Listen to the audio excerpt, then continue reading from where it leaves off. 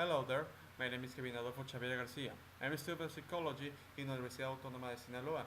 In the last few decades, a bunch of new psychological phenomena has been popping all around the social spheres. One of these is passive violence.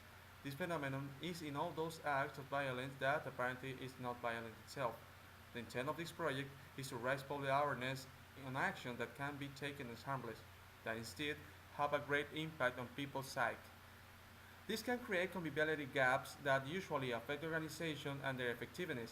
This project has the intention to fight this effect by preventing. Also, individually, this will create optimal conditions for innovation and creativity. The people will be capable of taking more free decisions and contribute with ideas that would otherwise be forgotten because they would never have been spoken in the first place. For your time, thank you.